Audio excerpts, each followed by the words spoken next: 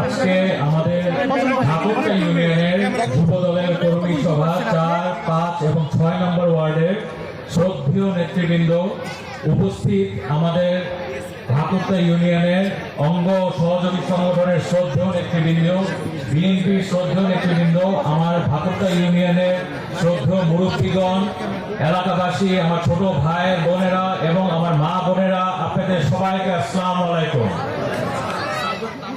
ভাইয়েরা, আজকে আমরা এখানে এই সবাই উপস্থিত হয়েছি আমাদের যুব দলকে কিভাবে আরো শক্তিশালী করা যায় এই 4, 5 এবং 6 নম্বর ওয়ার্ডে। আপনারা জানেন যে বিগত 16 বছর ধরে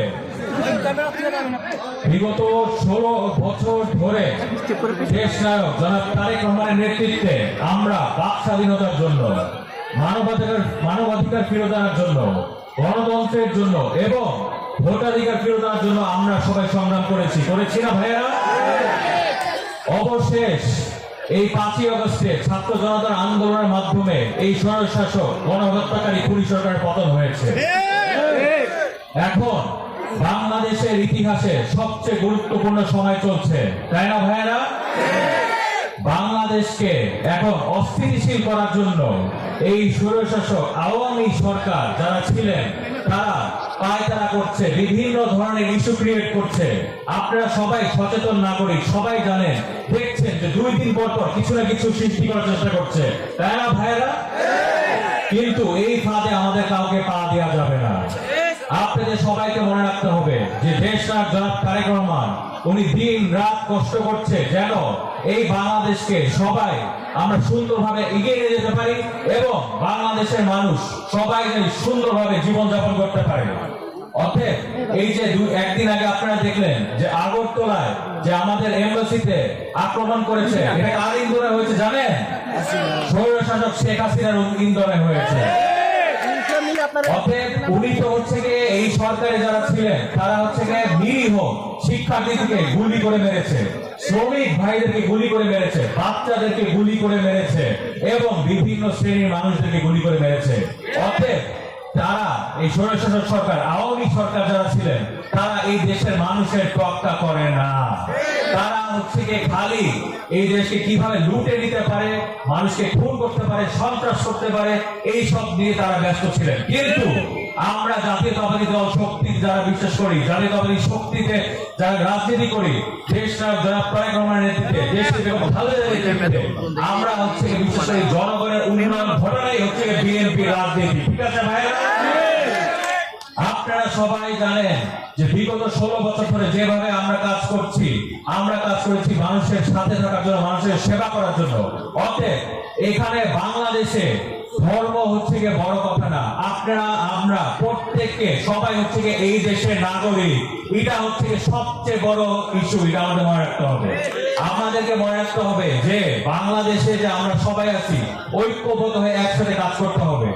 আপনারা সবাই একটা গানের লিরিক্স মনে হয় সবাই জানেন, প্রথম বাংলাদেশ আমার, শেষ বাংলাদেশ, জীবন বাংলাদেশ আমার, মরণ বাংলাদেশ, বাংলাদেশ বাংলাদেশ বাংলাদেশ।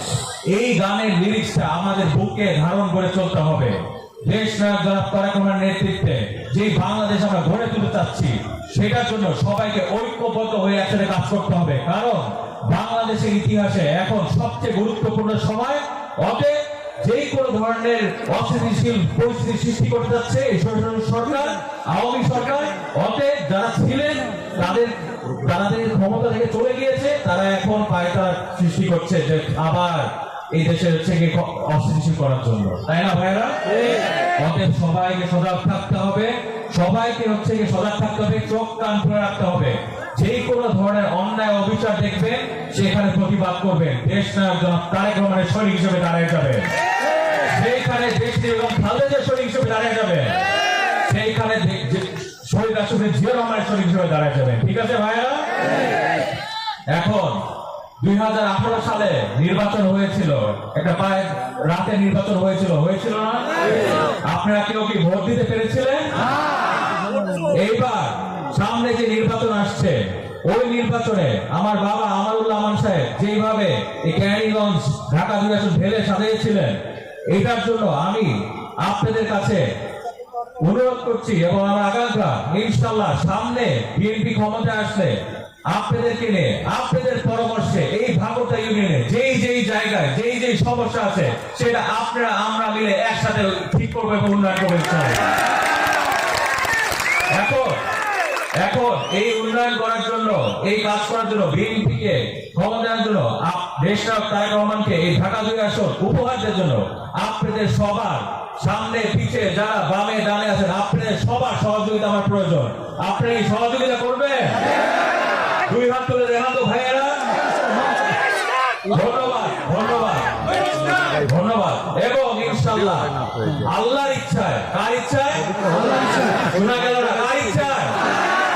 আল্লাহর ইচ্ছায় এবং আপনাদের সবার সহযোগিতায় ইনশাআল্লাহ বিএনপি ক্ষমতায় আসবে এবং আপনারা আমরা মিলে একসাথে এই ভাকুটা ইউনিয়ন এবং ঢাকা 2 আসন একসাথে আমরা ঢেলে সাজাবো ইনশাআল্লাহ।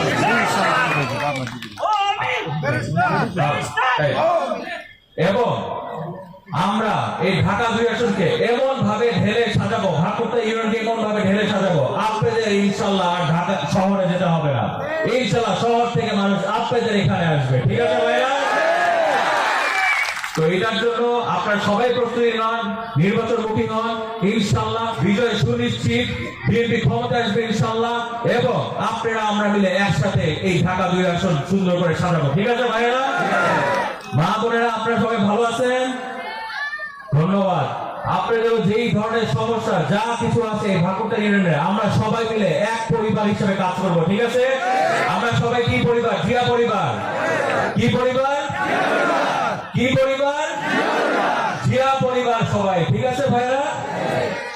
তো ধন্যবাদ। সবাই আমরা একসাথে কাজ করব এবং যেটা বললাম এই আওয়ামী শরীর শাসক সরকারের কোনো কাজে পা দেওয়া যাবে না। ঠিক আছে? এখন বক্তব্য শেষ করার আগে আমার সাথে কি আপনারা একটা স্লোগান ধরবেন? পিছিয়ে সবাই স্লোগান ধরবেন একটা। বাংলাদেশের প্রাণ তারেক রহমান। পিছিয়ে বাংলাদেশের প্রাণ তারেক রহমান। আসবে ফিরে বীরের বেশে তারেক রহমান বাংলাদেশে। জিয়া ধন্যবাদ। শ্রদ্ধেয় নেতৃবৃন্দ, যুবদলের শ্রদ্ধেয় নেতৃবৃন্দ, এই প্রোগ্রামটা যারা অর্গানাইজ করেছেন, আয়োজন করেছেন, আপনাদেরকে অসংখ্য ধন্যবাদ। এবং বিশেষ করে 28শে অক্টোবর আন্দোলনের পর যে ভাকুটা ইউনিয়নের বিএনপি এবং অঙ্গ সহযোগী সংগঠন যুবদল যে পার্ট প্লে করেছেন, যে আপনারা যে এখানে আন্দোলনে যেভাবে কাজ করেছেন, আপনাদেরকে ধন্যবাদ। শ্রদ্ধেয় নেতৃবৃন্দ, আপনারা সবাই ভালো থাকবেন। আল্লাহ হাফেজ। বাংলাদেশ জিন্দাবাদ, দেশ জিন্দাবাদ, শহীদ সুপ্রিয় জনগণ, দেশ নায়ক জনাব তারেক রহমান জিন্দাবাদ। আসসালামু আলাইকুম।